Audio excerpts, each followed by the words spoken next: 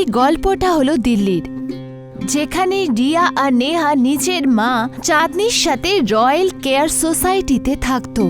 রিয়ার ডলসকে খুব পছন্দ। ও দেখলো ইনস্টাগ্রামে লাবুবু ডলের ট্রেন্ড খুব চলছে। ব্যাস, ও ঝট করে একটা লাবুবু ডল অর্ডার করে নিল।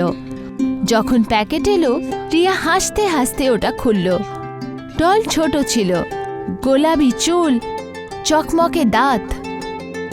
এসে গেছে আমার লাবুবু। বাহ, দেখো কত কিউট। দেখো, চকমকে চোখ, সুন্দর চুল, এটা তো মনে হচ্ছে জাদুই, তাই না? দেখো, এর দাঁতও চমকাচ্ছে, যেন হিরে লাগানো। এটা হলো আমার লাবুবু কুইন। রাতের সময় রিয়া লাবুবু ডলকে বেডসাইড টেবিলে রেখেছিল আর শুয়ে পড়েছিল। রাত কেটে যাচ্ছিল। আর সকালে যখন রিয়া উঠল, তো দেখল যে ডলের পজিশন একটু বদলে গেছে, যেন কেউ ওটা ঘুরিয়ে দিয়েছে। হতে পারে হয়তো আমি ভুল করে ঘুরিয়ে দিয়েছি।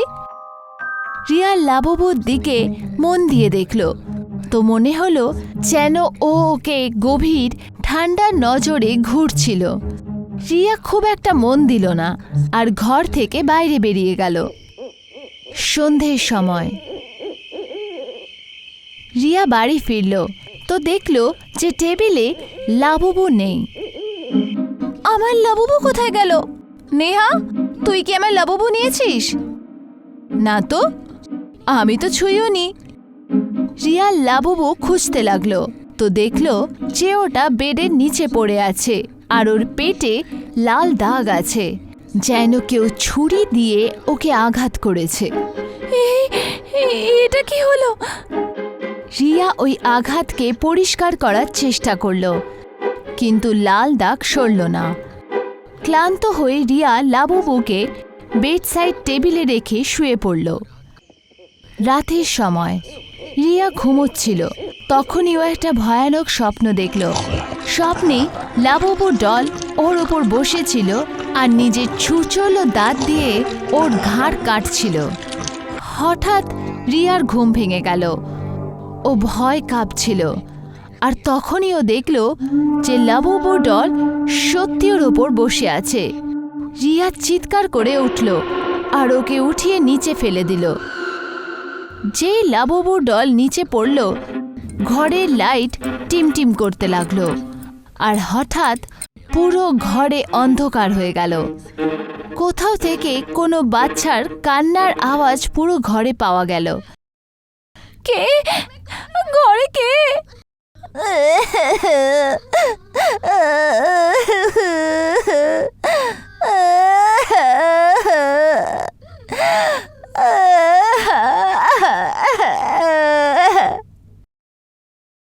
রিয়া তাড়াতাড়ি লাইট অন করল, তো দেখল যে লাবুবু ডল আবার সেই বেডসাইড টেবিলে রাখা আর ওর চোখে জল পড়ছে। এটা কি করে হতে পারে? আমি এক্ষুনি এটা নিচে ফেলেছিলাম, এটা টেবিলে কি করে এলো? ভয় রিয়ার নিঃশ্বাস জোরে জোরে পড়তে লাগলো। নেহা, নেহা! রিয়ার চিৎকার শুনে নেহা আর ওর মা দৌড়ে এলো। কি হয়েছে দিদি? এই লাবুবু ডল কাল রাত থেকে খুব অদ্ভুত ব্যবহার করছে। এ নিচে নিচেই চলে, যেন ওর মধ্যে কোনো আত্মা আছে। কাঁদে ও, দেখ এখন ওর চোখে জল আছে। আমি তো কিচ্ছু দেখতে পাচ্ছি না, ওর চোখে জল কোথায়? তোর ভ্রম হয়েছে, ওর কাছে প্রাণ থরি না থাকবে যে ও চলবে। রিয়ার কথা ওর পরিবার বিশ্বাস করল না। ওর এই সবকে ভ্রম ভেবে ওর কথাকে ইগনোর করল। রিয়াও অফিসের জন্য বেরিয়ে গেল। সন্ধ্যের সময় রিয়া অফিসে বসেছিল, কিন্তু ওর মন কাজে লাগছিল না। ওর মাথায় লাবুবু ডলের অদ্ভুত ব্যবহার ঘুরছিল। রিয়ার মাথায় এইসব চলছিলই কি তখনই ওর ফোনের ঘন্টি বাজল। ফোনে এক অদ্ভুত নোটিফিকেশন এলো আর তখনই একটা ফটো দেখলো, যার ব্যাকগ্রাউন্ডে লাবুবুর ছায়া পরিষ্কার দেখা যাচ্ছিল। আমার ফোনে লাবুবুর ছবি? আমি আমি তো এই ফটো কখনো তুলিনি। আমার সাথে কি হচ্ছে? রিয়া রেগে অফিস থেকে বেরিয়ে পড়ল। রিয়া ঘরে পৌঁছালো তো দেখলো লাবুবু টেবিলে নয়, মাটিতে পড়ে আছে। ওর চোখ বন্ধ, কিন্তু ওর মুখ খোলা। আমি তো একে টেবিলে রেখেছিলাম, এটা নিচে কি করে এলো? রিয়ার চিৎকার শুনে ওর বোন নেহা ওখানে এলো। নেহার ডলটা ওঠানোর জন্য ওটা ছুলো। এটা এটা তো একদম ঠান্ডা, মনে হচ্ছে যেন এক্ষুনি ফ্রিজ থেকে বেরিয়েছে। রিয়া রেগে গিয়ে লাবুবু ওঠালো আর ব্যালকনিতে ফেলে দিল। কাল সকালে মিটার চালিয়ে দেব, এর জন্য আমি বিরক্ত হয়ে গেছি। রিয়া নিজের বেডরুমে শুতে চলে গেল, কিন্তু ওর ঘুম এলো না। হঠাৎ ঘরে লাইট টিমটিম করতে লাগলো। অন্ধকারে রিয়া বিছানায় কিছু ভারী বুঝতে পারল। ও ভয় পেয়ে গেল। টিমটিমাতি লাইটে রিয়া দেখতে পেল বিছানার কোণে একটা ছেলে বসে আছে, যে ওকে দেখে ভয়ঙ্কর হাসি হাসছে। কে তুই? রিয়া নিজের ফোনের ফ্ল্যাশ লাইট অন করল তো দেখল ওখানে কোনো ছেলে নেই, বরঞ্চ লাবুবু ডল আছে। তার চোখ লাল আর ও রিয়াকে দেখে ভয়ঙ্কর হাসি হাসছে। লাবুবু একটা থাপ্পড় দিল। যে ওকে থাপ্পড় মারল, রিয়ার হাত থেকে রক্ত বেরোতে লাগলো। রিয়ার হাত থেকে যে রক্ত মাটিতে পড়ল, লাবুবু সেটা চাটতে লাগলো।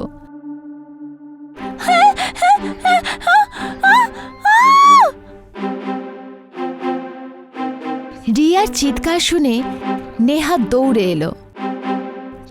কি হয়েছে?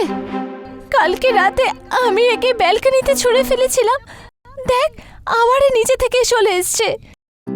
নেহা দেখলো লাবুবুর চোখ আস্তে আস্তে চমকাচ্ছে, ওর ছোট ছোট পা নড়ছে আর ঘরে কোনো বাচ্চার হাসি শোনা যাচ্ছে।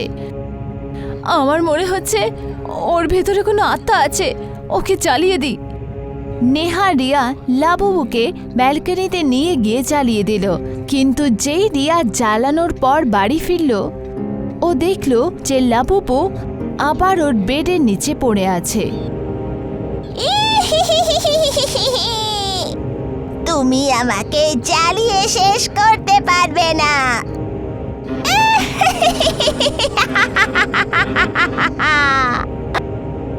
না না না! লাবুবু লাফিয়ে রিয়ার ঘাড়ে বসলো আর নিচে ছুচালো দাঁত দিয়ে ওর ঘাড় কেটে দিল, আর রিয়া রক্ত চুষতে লাগলো। রিয়া জোরে জোরে চিৎকার করতে লাগলো আর ওখানেই মারা গেল। রিয়ার চিৎকার শুনে নেহা আর ওর মা ঘরে এলো। ওরা দেখলো যে লাবুবুর চোখ লাল, ওর চোখ চমকাচ্ছে আর ও রিয়ার শরীর থেকে রক্ত চুষছে। তুই কে? এটা কোনো সাধারণ পুতুল নয়। চন্দা আন্টি, আমাকে ভুলে গেছো তুমি? চন্দা আন্টি? লাবুবু যেই চন্দা আন্টি বলল, রিয়ার মা ভয় কাঁপতে লাগলো। মা, ও তোমাকে চন্দা আন্টি কেন বলছে? চন্দা আন্টি তো আমায় শুধু একটা বাচ্চাই বলতো, আরব। আমি হলাম আরব। তো তুই আমার ঘর থেকে চলে যা। তোমার নয়, এটা আমার ঘর। মা, ও কি ফালতু বলছে? ও সত্যি বলছে, এটা আরবেরই ঘর ছিল। আরবের নাম শুনতে রিয়ার মাম্মির মনে পড়ে গেল যে আজ থেকে 20 বছর আগে আরব ওর মায়ের সাথে এই বাড়িতেই থাকতো। তখন চাঁদনি নিজের বর মারা যাওয়ার পর নিজের 2 ছোট ছোট মেয়ে রিয়া আর নেহার সাথে আরবের ঘরে ভাড়া থাকতে এসেছিল। একবার চাঁদনির মনে এই ঘরকে কবজা করার লোভ হলো আর আরাভ আর ওর মাকে মারার জাল বিছালো। দুজনকে ঘরে খাওয়ার জন্য ডাকলো আর খাবারে বিষ মিশিয়ে দিল। খাবার কিছুক্ষণ পরেই দুজনে মারা গেল। তারপর চাঁদনি আরাভ আর ওর মাকে ওদের ঘরেই পুঁতে দিল আর নিজেই ওই ঘরের মালকিন হয়ে গেল। আরাভের আত্মা ফেরত চলে এসছে। লাবুবু চাঁদনিকে মারার জন্য দৌড়ে গেল। চাঁদনি পালানোর চেষ্টা করলো, কিন্তু লাবুবু নিজের ছুচালো দাঁত দিয়ে ওর পা কেটে দিল আর ওর পা দিয়ে রক্ত চুষতে লাগলো। কিছুক্ষণে চাঁদনির চেহারা ছাইয়ের মতো কালো হয়ে গেল আর ও নিঃশ্বাস ত্যাগ করলো। আমায় ছেড়ে দাও, আমায় ক্ষমা করে দাও না। নেহা পালাতে লাগলো। তখনই দরজা নিজে থেকেই বন্ধ হয়ে গেল আর লাবুবু হাওয়ায় উড়তে উড়তে নেহার চেহারার সামনে এলো। আমায় ক্ষমা করে দাও, প্লিজ যেতে দাও আমায়। না, এখন তুমি এখানেই থাকবে আমার সাথে। না না না।